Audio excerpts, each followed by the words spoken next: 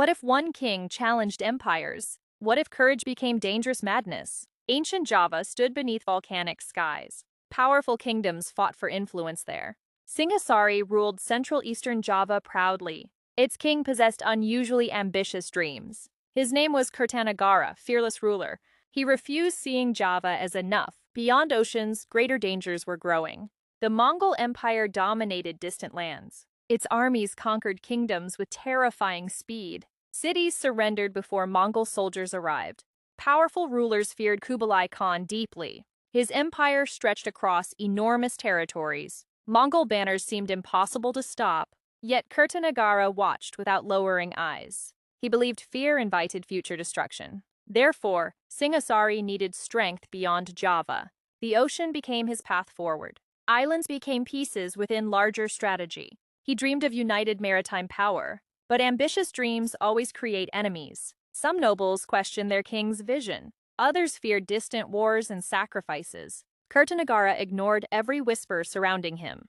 He studied maps beneath palace torches. Trade routes crossed seas before him. Sumatra appeared strategically important and vulnerable.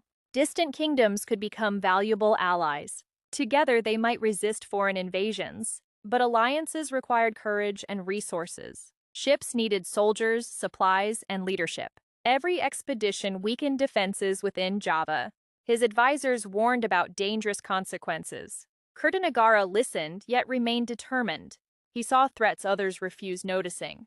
The Mongols would eventually move southward. Waiting could become Singhasari's greatest mistake. Therefore, Kertanegara chose action first. He prepared an ambitious maritime expedition. Royal shipyards worked throughout endless nights. Carpenters shaped massive vessels from timber. Soldiers trained beside crowded coastal harbors. Weapons and provisions filled wooden ships. Drums echoed across Singhasari's royal capital. The kingdom prepared for distant uncertainty. Yet danger already existed much closer. Old rivals quietly watched from shadows. Their resentment had survived many years. They waited patiently for weakness appearing. Kertanegara remained focused beyond distant horizons. He never imagined danger approaching behind. Soon, another empire would send messengers. Their arrival would challenge his courage. Kublai Khan demanded foreign rulers submit. Tribute represented obedience before Mongol power. Refusal often brought devastating military punishment. Mongol envoys sailed toward distant Java. They carried commands beneath imperial banners. Their message offered only fearful choices: submit peacefully or face terrible destruction. Singhasari's royal court awaited their arrival. Kertanegara prepared without showing any fear. His next decision would shock empires, and history would remember his defiance. Mongol envoys entered Singhasari's magnificent royal court. Their imperial banners moved beneath palace ceilings. Courtiers watched the strangers with silent suspicion. The envoys carried Kublai Khan's command. Their message demanded tribute and obedience. Singhasari must recognize Mongol imperial authority. Refusal would invite overwhelming military punishment. The court suddenly became completely silent. Every noble watched Kertanegara's expression carefully. The king remained calm upon his throne. His eyes revealed neither fear nor hesitation.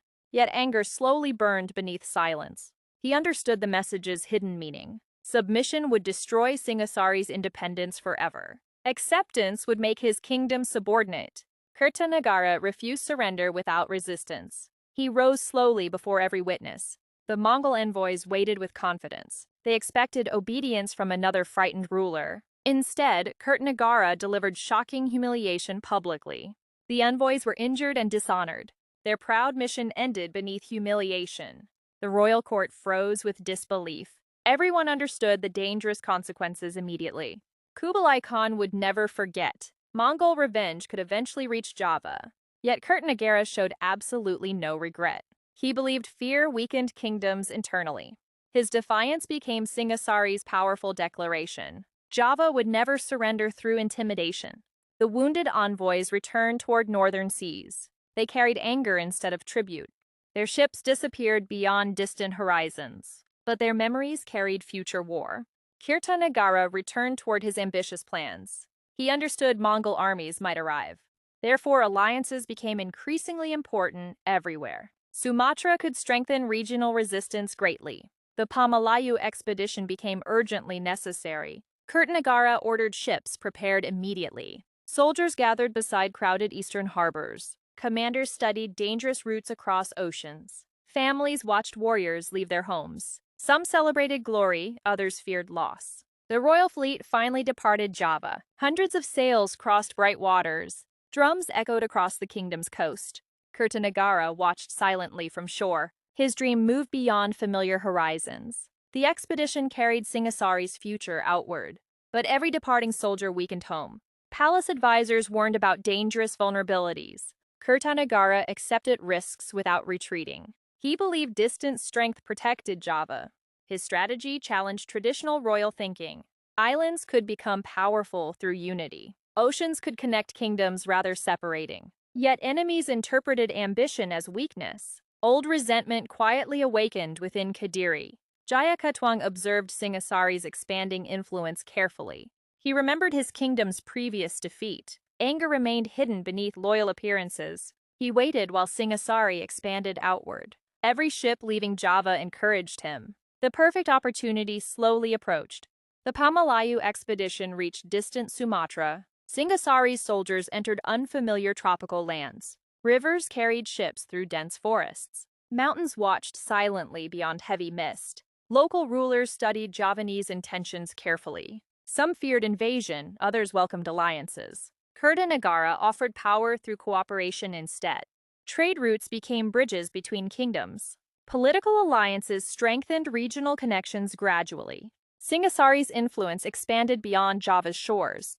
The expedition achieved important strategic successes. Kertanegara's vision seemed increasingly brilliant. His dream of maritime unity gained strength.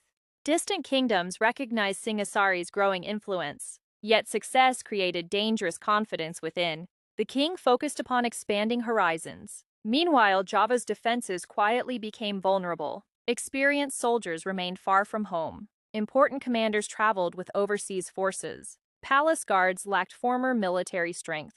Warnings continued arriving from worried advisors. Some nobles questioned the king privately. They feared enemies hiding within Java.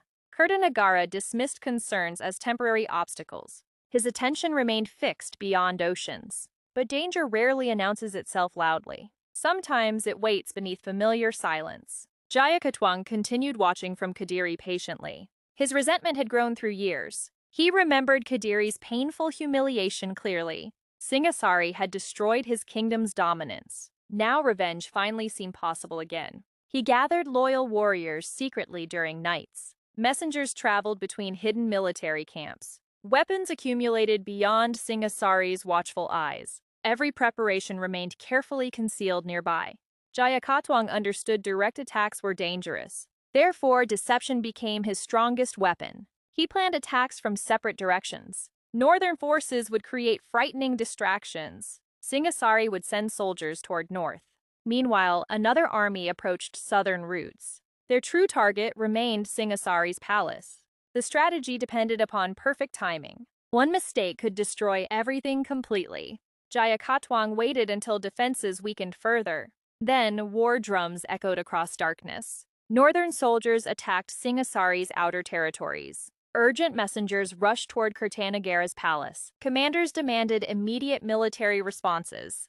The king ordered forces northward quickly. Soldiers marched beneath clouds of dust. Everyone believed northern danger was greatest. Yet the attack concealed another threat. Southern forests filled with hidden warriors. Jayakatwang's second army moved silently forward. Torches remained covered beneath dark cloth.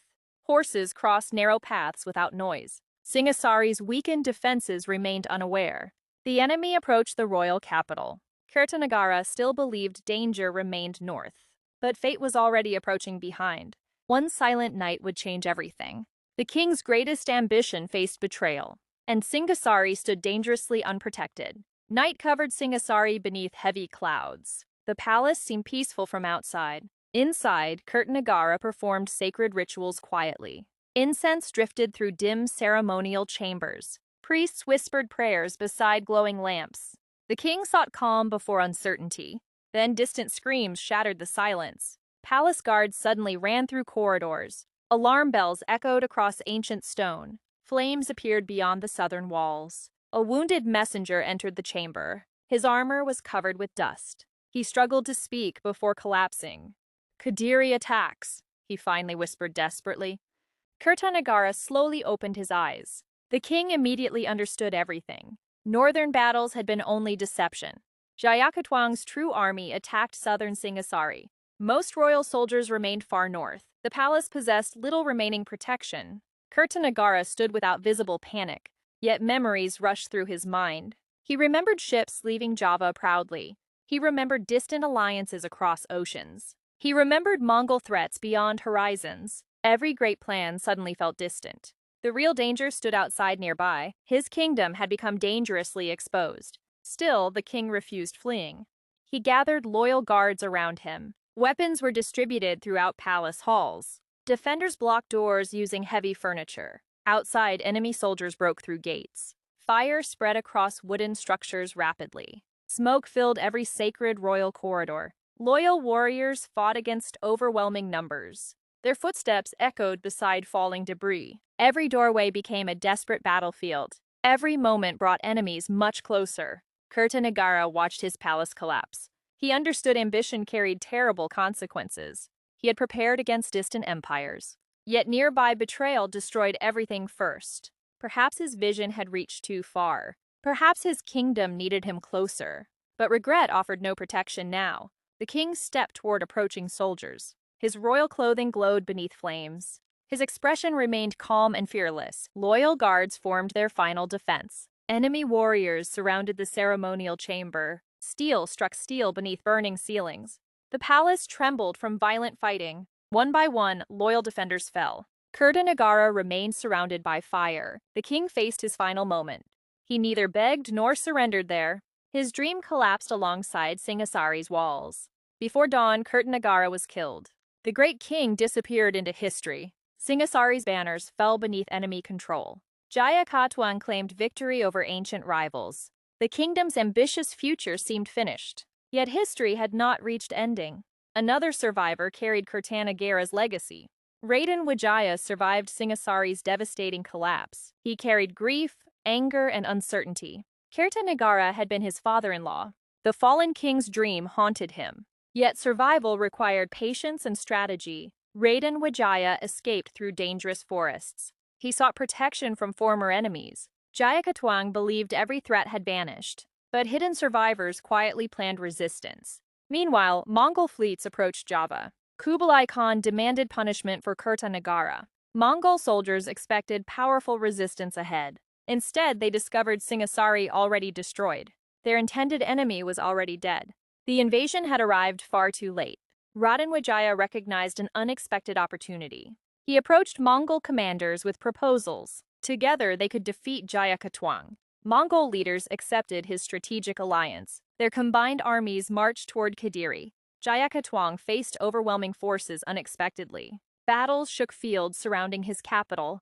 Kadiri's defenses gradually collapsed under pressure. Jayakatwang was finally captured and defeated. Raden Wijaya had achieved revenge. Yet Mongol soldiers remained inside Java. Their presence threatened future independence greatly.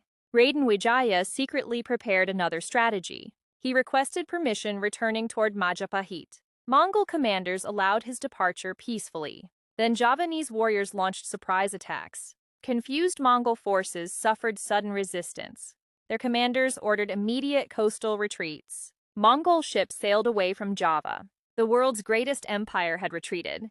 Raden Wijaya established Majapahit afterward. A new kingdom rose from destruction. Kertanegara's ambition gained unexpected continuation. His dream survived through another generation. Majapahit expanded across islands and seas. Maritime influence became its defining strength. Political alliances connected distant territories. The old vision returned with new. Yet Kertanegara never witnessed Majapahit. He died believing everything was lost. His kingdom vanished beneath betrayal and fire. But history preserved his ideas silently. Sometimes dreams outlive their dreamers. Sometimes failure plants future victories. Sometimes destruction becomes another beginning. Kertanegara challenged the mighty Mongol Empire. The Mongols arrived after his death. They came seeking punishment and submission. Instead, they encountered political chaos. Their invasion helped create new power. History transformed revenge into opportunity unexpectedly. The king lost everything during life, yet his vision influenced future kingdoms. Perhaps ambition was never his weakness. Perhaps isolation became Singhasari's greatest weakness. He looked beyond familiar horizons fearlessly. But danger waited inside familiar shadows. His greatest enemy was never Mongol. It was betrayal growing within Java, and his dreams survived beyond death.